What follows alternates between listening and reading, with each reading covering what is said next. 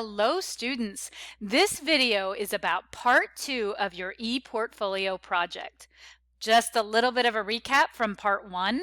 You created a draft of your writing and then you submitted that writing draft to Smart Thinking for proofreading. Now you should have received feedback from them or you are waiting for feedback. Keep in mind that they do strive to return essays within 24 hours, so it will come, just be patient. So what you're going to do in part 2 of this project is we're going to start with that writing draft that you submitted.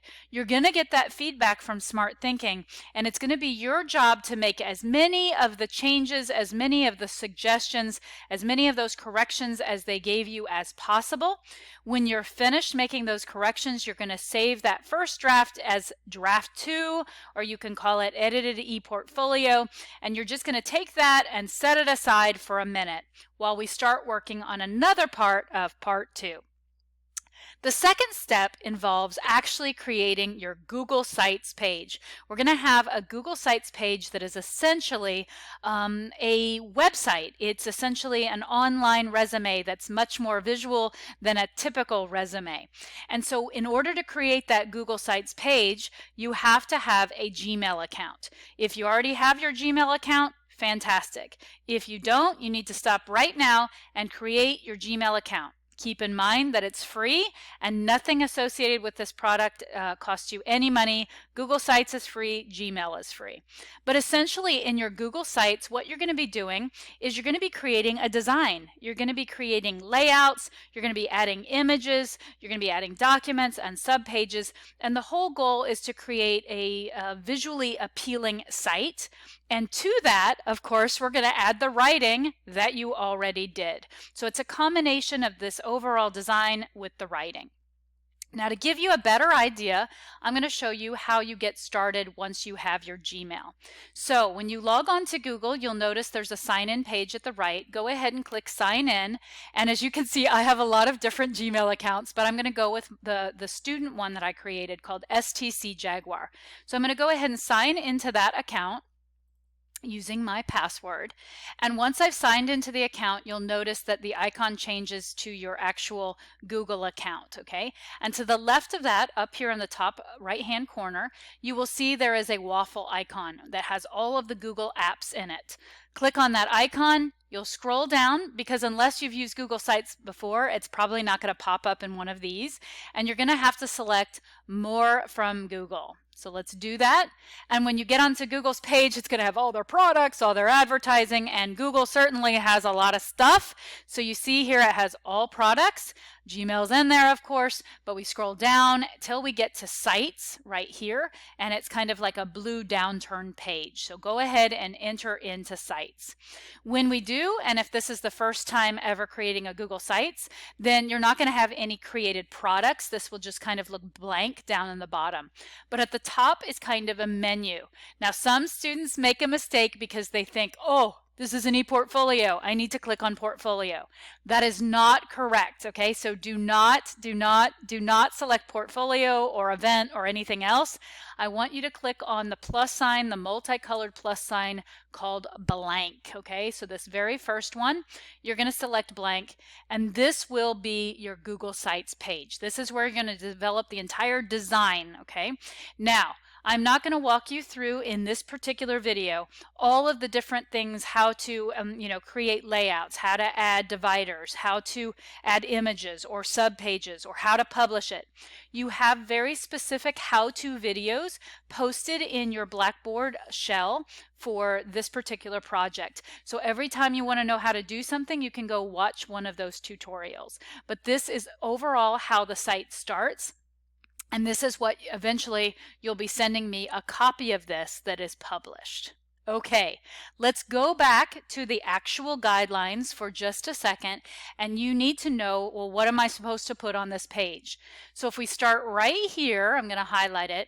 Essentially everything that you wrote for your first part of this project, everything that you did the smart thinking corrections from, you're going to be inserting those into this portfolio. So for every one of those themes, like my academic background and my work experiences and my volunteerism and my extracurricular collegiate involvement, you're going to have a different section in Google Sites. Now try to keep it uniform. One theme, one section. Try not to have one theme and then 3 sections. Keep it tight, keep it organized, keep it neat.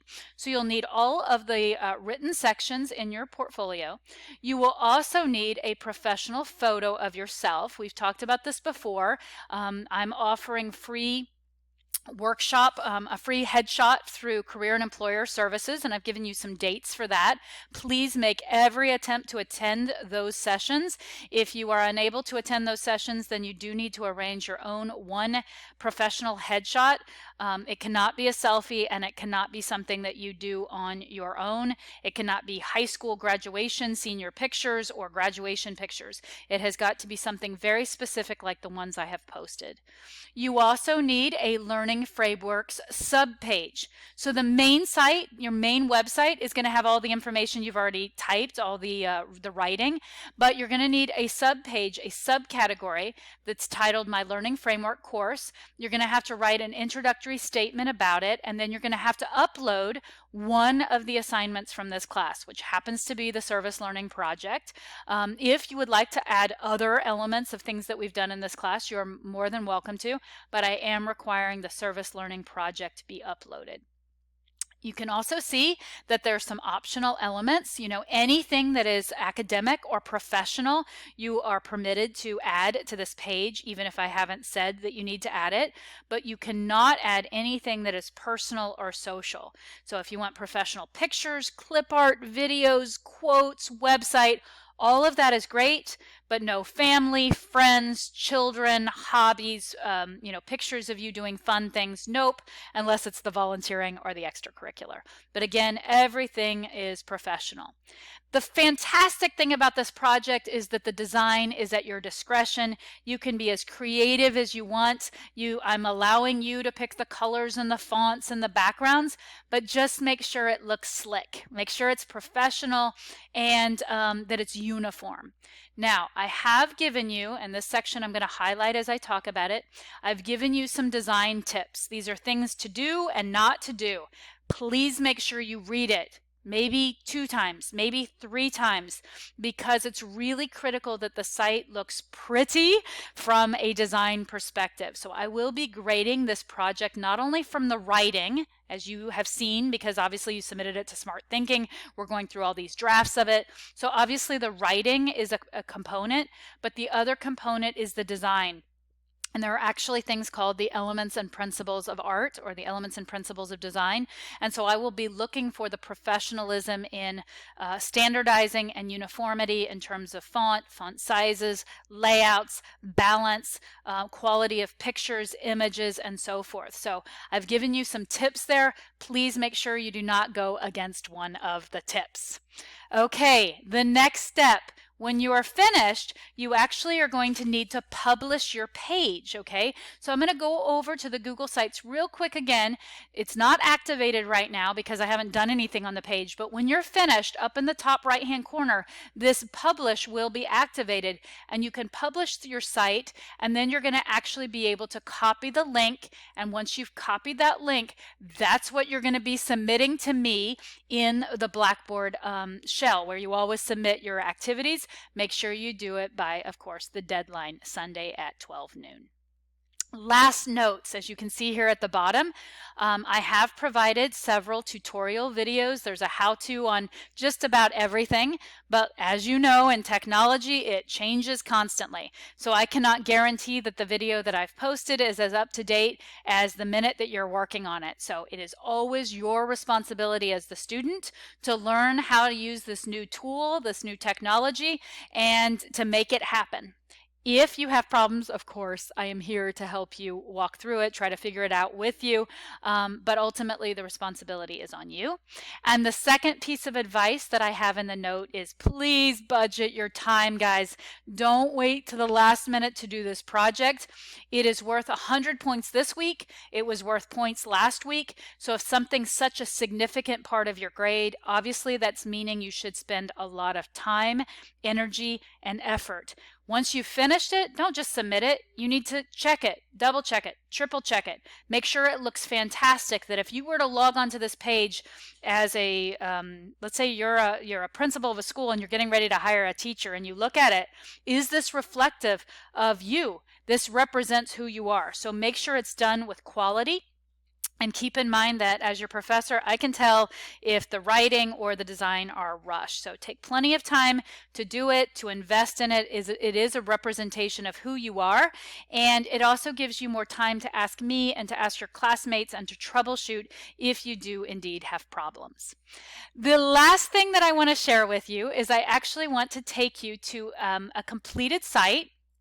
And that is, I'm going to take you to, it's essentially a fake site that I created for you, but this is what a finished product should look like. So you can say there are different sections: the title, the welcome, academic background, career goals, work experiences, volunteerism, clubs and activities, coursework, a few extra things on quotes and videos, and then you can select the subpage where you learn about this course and the uploaded work. And I'm sorry those aren't appearing right now. I think it's because I logged out of Google Sites, but your uploaded work will appear there. So that's essentially what a page should look like, but please make sure it looks complete and professional. If you have any questions, comments, or concerns, please let me know. And have fun with this.